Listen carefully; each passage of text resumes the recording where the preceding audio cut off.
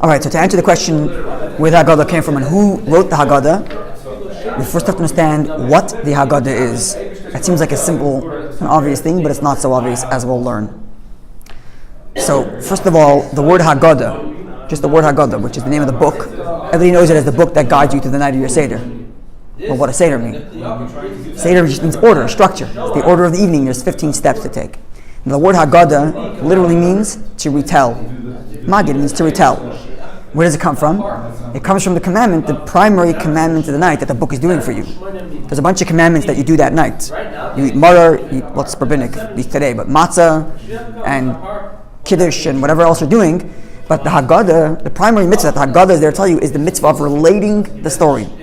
Haggadah is to relate the story of the Exodus. So first of all, there's a commandment to remember the Exodus from Egypt. It's a daily commandment. But that's remember to Zachar. It's one of the 6 remembrances. We mention it every day. Actually, we fulfill the commandment in when we say Shema. When we say Shema at the end of Vayomer, at the end of the 3rd paragraph of Shema, which talks about tzitzis, the reason why that's there is for the last line, which is I'm God who took you out of Egypt. That's why the whole paragraph's there, to fulfill the obligation of mentioning the Exodus from Egypt on a daily basis. What makes the night of the Seder different? If every day you're obligated to mention Egypt, what makes it different, at least according to most halachic authorities, there are a few that say other reasons, but the primary distinction is that whereas every day you're supposed to just mention the Exodus from Egypt, on the Seder night you're obligated to retell the story. And there's this notion of the more you elaborate, the better. Because the mitzvah is not just to mention it, but to relay the story. So the question becomes, so now when the Torah says to retell the story, it says v'gadata labincha, related to your son. It uses the word higadata, tell it, and the root word of that is Haggadah. So the word Haggadah means to retell the story. That's the primary text of the book, is the retelling of the story. So now if you're retelling the story, not just mentioning it, what defines and what constitutes the retelling of the story? So like everything in the biblical text, which isn't clear in and of its own, there's the rabbinic text, the oral tradition, which gives us interpretations to understand what the biblical text meant. So you go to the first rabbinic text, the first rabbinic writing is the Mishnah. So the Mishnah already tells you already what are the things, or what defines retelling the story. And the primary definition is, it has a few things to say, and the primary thing it says is Maskil b'ganai, Messiah b'shvach, which means you begin the story with the derogatory and you end with the praise. So the praise is easy. We came out of Egypt. That's the praise. So what's the beginning, which is derogatory? So there's 2 opinions there in the Gemara. One is the beginning is the derogatory means the derogatory state we were in bondage, and that's the first paragraph that after the questions Avodim hayinu, we were slaves, and then ends off by saying God took us out, and that's the crux of the story, retelling the story in that version. Or Maskil b'gadai means beginning in derogatory and ending in positive. Derogatory means going farther back, that we used to be idolaters and we ended up at Sinai. So you have to start off from at the beginning our forefathers were idol worshippers, and the Haggadah does that too. The Haggadah, you'll see, has this whole story about how we started off being idol worshippers, and then God chose us and brought us close to His Torah. So already in the just interpretation of the text, of the biblical text which says to retell the story, the Haggadah structure is already beginning to form in understanding what it means to retell the story. And the same thing is true of most of the Haggadah. Most of the body of the text is lifted Mishnaic texts that say, in order to properly retell the story, you need to do X. And then we'll say that. For example, towards the end of the Haggadah, we have Rabbi Gamliel says, one must say the following 3 items, otherwise they haven't fulfilled their obligation of retelling the story. And they are Pesach, Matzah, and Maror. And we say exactly that in the Haggadah. Right? Another thing, for example, right at the beginning, towards the beginning, we talk about the 4 sons. Where do the 4 sons come from? Because the Torah says 4 times. On 4 different occasions, the Torah says the exact same commandment. When your son asks you the story, tell them the story. But each time the Torah tells you about a child asking about the story, and you telling your child the story, the Torah is a bit different in how it words it. Right? And that's how we derive the 4 sons. Wise, wicked, simple, and one doesn't know how to ask. Right? So the entire body and text of the Haggadah comes from the commandment of Haggadah, of relating the story. And it's all structured around that. And the more you understand it, the more you'll see it as you go along in the Haggadah. Right? Which is why we have questions and answers. Because the Torah says, when your child will ask you. Okay, so part of the structure has to be, child asks and someone answers. Even though, if there's no children, you're still obligated to the story, and it's not, it doesn't, your obligation isn't, you haven't failed your obligation, there's no child asking the story, but still, the notion of a question and answer comes from the biblical commandment to retell the story in such and such a fashion. Do those times correspond to the times in the Torah where the brings up the Shema? Remembering each Exodus? No. No, the Shema is only mentioned. In the Shema we mentioned it once, in Vayomer. But over here it just says, I am God who took you out of Egypt. It doesn't say the commandment when your child asks. But there are 4 different occasions the Torah says, V'gat Labincha, one is,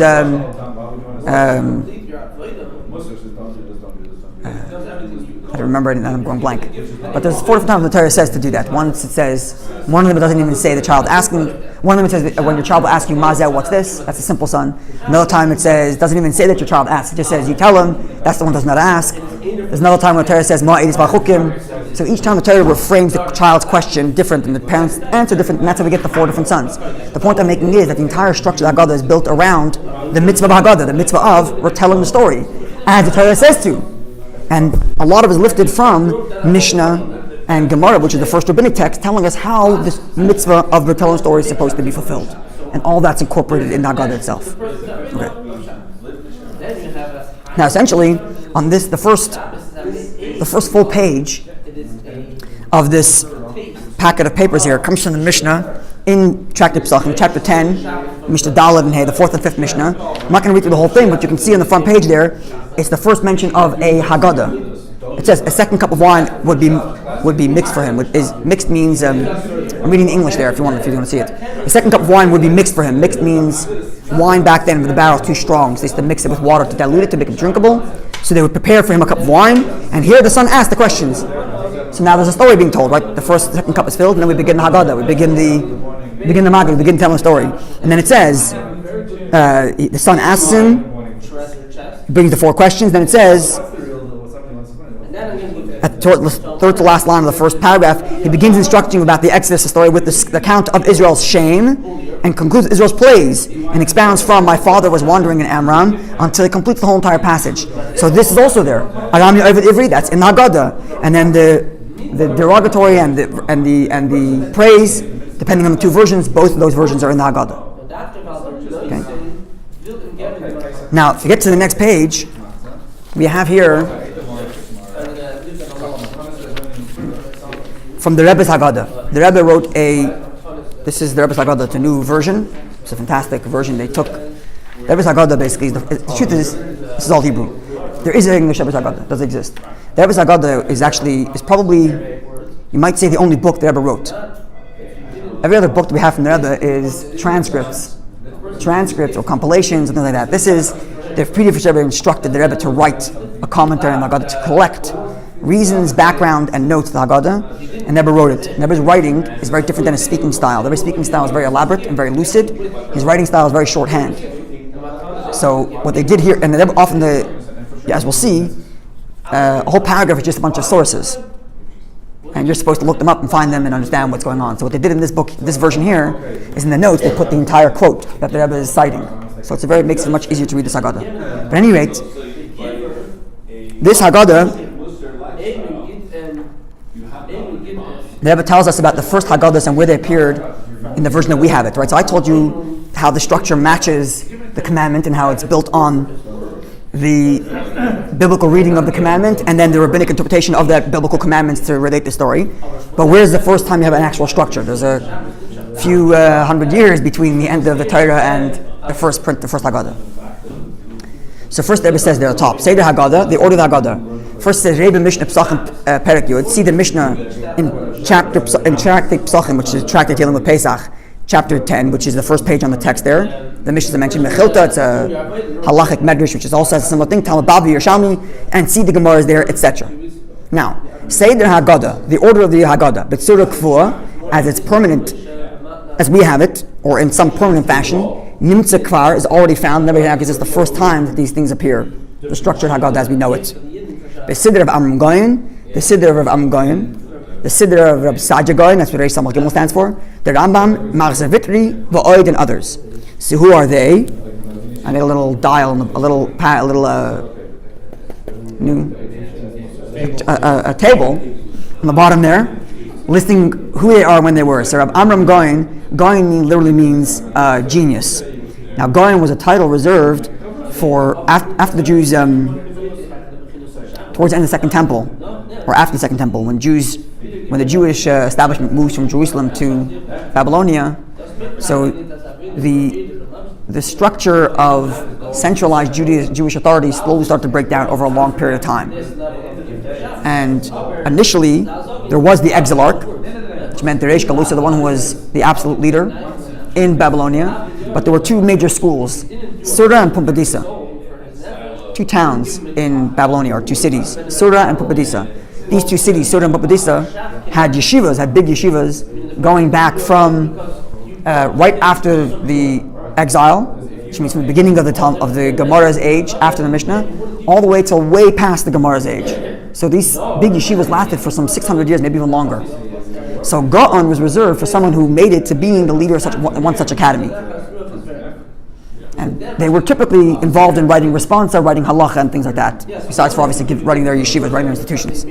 So Rabbi Amram Gaon is one such head of the yeshiva in Surah, as I write the location, Surah, Babylonia, and he lived in between 1810 and 1875, so it goes pretty far back. Sadia Gaon is the next one that I've cited, is 1882 to 1942. The Rambam is 1135 to 1205. He lives in Spain, Egypt. This is already after the centralized Babylonian Judaism already fell apart, and the Jews are slowly starting to split between Sephardi Ashkenazi in Northern Europe, the Germanic countries, that's what Ashkenaz means, Germany, and Sfarad in Spain, which is what Sfarad means. Sfarad means Spain. They only ended up in North Africa because they were expelled from Spain years later, but Sfarad means Spain. So the Rambam has the Haggadah as we have it, and Machzer Vitri on the Ashkenazi side, it's a little bit before the Rambam, but I'm not sure why the Rebbe has in fourth as opposed to not chronological order, maybe because the Rambam is more halachically accepted, I don't know. Like the Machzer Vitri chronologically should be before the Rambam. The Machzer Vitri is a siddur which has a halacha commentary compiled by Rashi's Rashi's student, who compiled teachings from his teacher Rashi, the famous Rashi, the commentary on the Gemara and on the Torah, lived in France. So he has a siddur, and in the siddur we have the Haggadah. And the Rebbe doesn't mention the source, but I put it here because it exists, is Rav Naturnai Gaon, not pronouncing right, who's a little bit before Rav Amram Gaon, who also has a kind of structured Haggadah. Right? So I hope what you're getting a sense of is this idea that the Haggadah it wasn't like it was one person sat down and wrote from beginning to end. This is where I'm leading you to. The Haggadah was not written by one person from beginning to end. There's a commandment to say the story, and over time, people started to understand what does it mean to say a story, and started adding things, and slowly it slowly emerged into like this conglomerate. So you can imagine that even before the Amram Gaon, people were doing the Haggadah as we had it. No one formally put it together. Okay? They were doing the Haggadah, but it didn't necessarily have a text way we did. I'll give you another example. I'll give you an example, and then I'll show you something else on the next page. One example is, where was the siddur together? So similar story. I'm just going to say the siddur. The siddur, the Mishnah and the Gemara, the Torah says to pray. What exactly it means when the Torah says that? The Torah doesn't say to pray. It says to serve Hashem with your heart. The Gemara says serving with the heart means prayer. So, but there is a commandment to pray. So the Gemara, the Mishnah, interpreting the Torah's commandment, tells you what the structure of prayer is. Mainly, you begin with praise, you end with thanks, and the middle is your requests. Look at the Shemona Esrei, look at your Amidah. The first three brachas are always praise, the last three brachas from Moedim to the end are thanks, and the middle is requests. Now those requests, what they are, also developed over time. The Gemara cites different verses to describe which requests are important and what the order of requests should be, but the text only comes even later. The Gemara even has stories of people who led the service following the structure, but not the text. And someone might have said to him, why are you using that text? You should use a different text. In other words, initially it was just, here's a structure, now go do it yourself. But as time goes on, the text starts to emerge. Right? Okay. So this is more explicitly stated on the next page. The next page is also from the Rebbe's Haggadah. And here the Rebbe is talking about the 4 questions. Now the 4 questions were initially 5. The Mishnah says there was 5 questions. So all 4 questions are why we eat matzah marar, why we lean, why we dip twice, and matzah I mentioned, marar, dip twice, and lean. Which one did I miss before? I missed marar before. Oh, I said them both twice. Okay. So there's 4 questions. There was originally a 5th question, which is why we have roasted beef, because of the Paschal offering was a roasted beef. So we at least know, just by that very fact, that this structure of children asking questions and being answered already existed in temple times. So we know that for sure. Right? But there, on commenting on the Haggadah, on the 4 questions, the Rebbe cites various different older versions of the Haggadah, which have a different order. Rambam has one order for the 4 questions, a different order. The Mishnah has another order. What's the order? Like a Chabad is a different order. Maybe it's a different order. And then it goes through them, and then it says like this. And this, the Rebbe kind of crystallizes what I was just talking about before, how it emerges together over time. So the reason might be for all this discrepancy. Because by Jewish law, as far as law goes, it is not incumbent or doesn't invalidate your questioning and answering, but that you have to have all questions.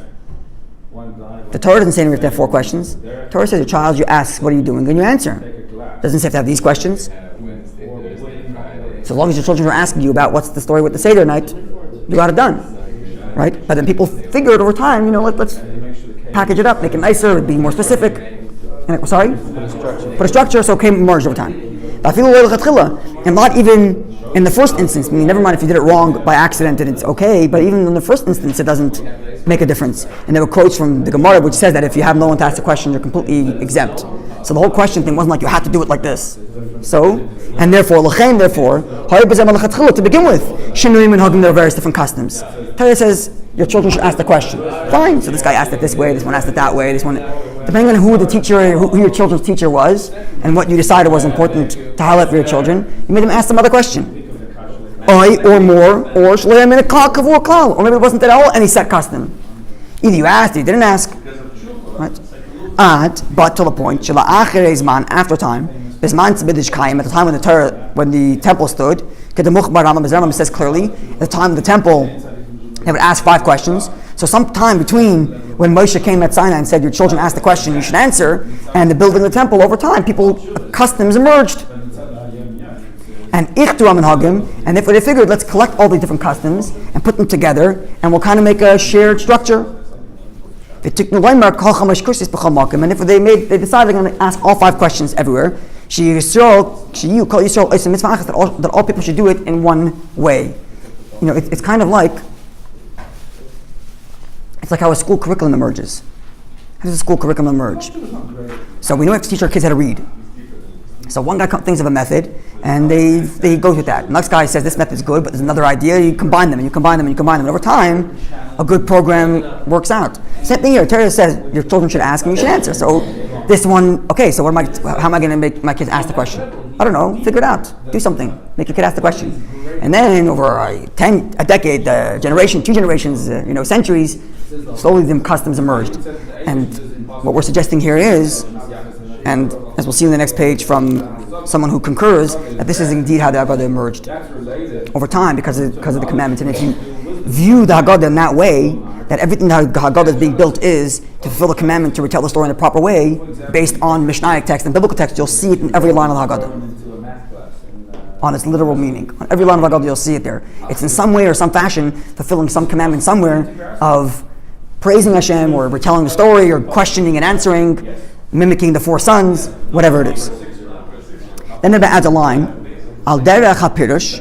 This idea of the 4 questions coming together over time is similar to the way we understand Be'iskin Rabbo, with Rabbo's enactment when the Gaelic hit Tkiya Shofar with respect to the shofar blowing. And then Rebbe gives 2 sources.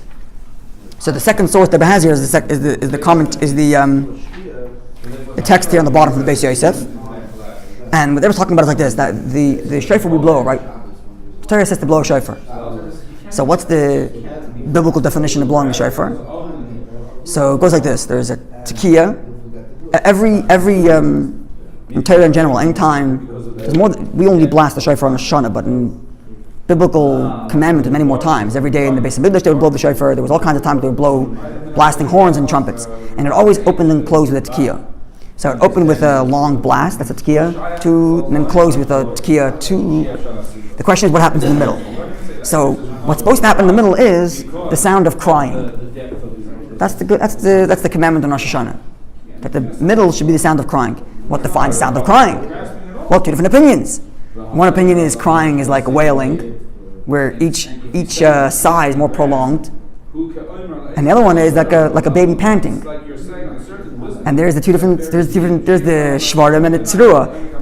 Is like a panting crying, or more wailing is two. Right. So now, which one's right? Which one's not right? Well, they're both right. But they're both considered crying, and depending where you were, crying sounded like this or crying sounded like that. And everybody agreed that it was okay. So what happened over time? They figured, okay, we'll make sure we'll cover all our bases. We'll do one with both of them inside in the middle, one with just one of them, one with just the other. And that's how the Beis Yosef explains this custom emerged, and how before this Rabbi came along and said, let's do it in this structure, people were still doing it and everybody was fine with it. Some people had more prolonged crying, some people had more less crying, depending on what was more common in their town or more common or what their rabbi figured was the best version of crying, until they decided, let's all Jews do it the same. We're going to cover all bases. We'll get one with both kinds of crying, and one with one crying, and one with the other crying. So the Rebbe is suggesting the same thing with the Haggadah, but the same thing with the four sons, with the four questions, that they emerged over time. The Torah says to that, your child should ask, and over time different types of things emerged. And this is indeed what Rabbi Menachem Kasher, who is a philosopher, historical investigator, I think he's even still alive, I'm not sure. I believe he's still living. It's definitely a recent Haggadah, is the point I'm saying. And he did not say this. He says the second paragraph, this indeed was the case. First he tells you what I just mentioned to you about the shofar blowing, and then whereas the Rebbe just said that specifically with respect to the four questions, he expands it to the whole Haggadah, and this seems to be accurate. Each person fulfilled their obligation of, quote, begin with derogatory and end with praise, because that was the definition the Mishnah said of the storyline. But every person did it in a different way. Think of when someone tells you to retell the story. Every time you say it differently, and certainly 10 people would say it differently. So here's the guideline. Say the story, beginning with derogatory, ending with praise, figure it out. So each person did it. But over some time, they've decided, everybody should do it in one fashion. For this reason, Hisraim kolkach, Rav Naturnai, which you mentioned earlier, the first conglomerated Haggadah was upset or would call out al ela those shirotzu lahachzik minhag kadmon that want to stick to the way they did it the year before. So over time they decided to all do it together, and one family says, "What am I changing this way? My father did this, and my grandfather did it the other way." Right? Whereas Rabbi Naturnai, as a leader of the Jewish people, was trying to unite everybody, and therefore he was getting constantly hammering at them. Okay, you guys did it one way, that's fine, but we want to pass this through legislation. We want to make this official. So everybody, can you guys use this thing? And he wasn't happy with people who just used their own random versions, even though essentially that's the way it was. So in short, who wrote the Haggadah? Nobody, and everybody. It's a mosaic of probably centuries of Jews trying to, over time, better themselves and how they're fulfilling the commandment to retell the story. And over time, they've added this, added that, covering another opinion says to say this story that way, do it this way. So let's say, for example, the two different versions I mentioned before about how you start derogatory and how you end in praise. Do you go from... I've heard this from the word derogatory, I find derogatory. Here they translate it as shame. Kanai, derogatory. It should start in a negative place and end positive. Why that is, there's all kinds of commentaries. The main reason is because you don't appreciate the good unless you come from a place of struggle. And the whole point is you're going through a story of struggle and come to... Right. Derogatory is a bad word? Yeah. Stick with shame. Better word? So, can you fulfill the mitzvah of doing the Haggadah without the Haggadah at all? In theory. Which is why, actually, the Alter Rebbe writes, I don't have it in front of me here, but the Alter Rebbe writes, there's a section the Alter Rebbe points out what are the primary points of the Haggadah to make you actually fulfill your obligation. What are the primary points? Does that apply even today? Yeah. In other words, the story, the mitzvah of telling the story. Pesach Batzamar is one of them. Avodah Mayinu, Arami. The things that are directly, the things that the Mishnah directly says you're supposed to say, are the things that were listed as here are the items that you have to say in order to fulfill your obligation of saying the story. For example, the Haggadah includes a story about 4 sages sitting together and they talked all night long. Yeah. It's a nice part of the Haggadah, and it talks about how beautiful it is. And you can imagine some community decided, you know what, some family decided, let's add this to our Haggadah because it's a nice passage, but is it essential to retelling the story? Not necessarily.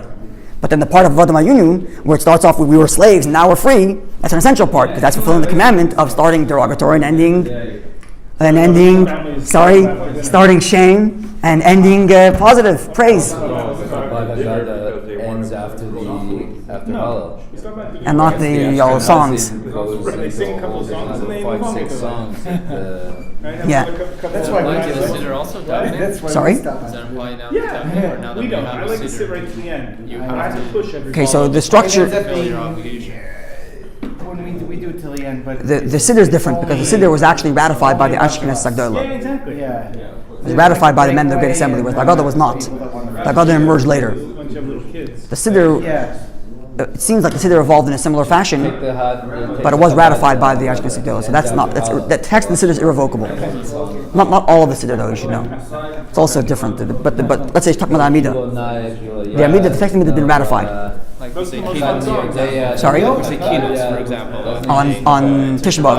Probably very similar. You probably don't have to say all. Very similar. Over time, That's what it is. probably similar. Over time, poems were added, other sorrow and sorrow poems. Okay, folks, do you have time for Halach Banya? Or leave it for next week? Can I see that? Whatever you want. I mean, I'm good, but This one here. Sorry? I think it's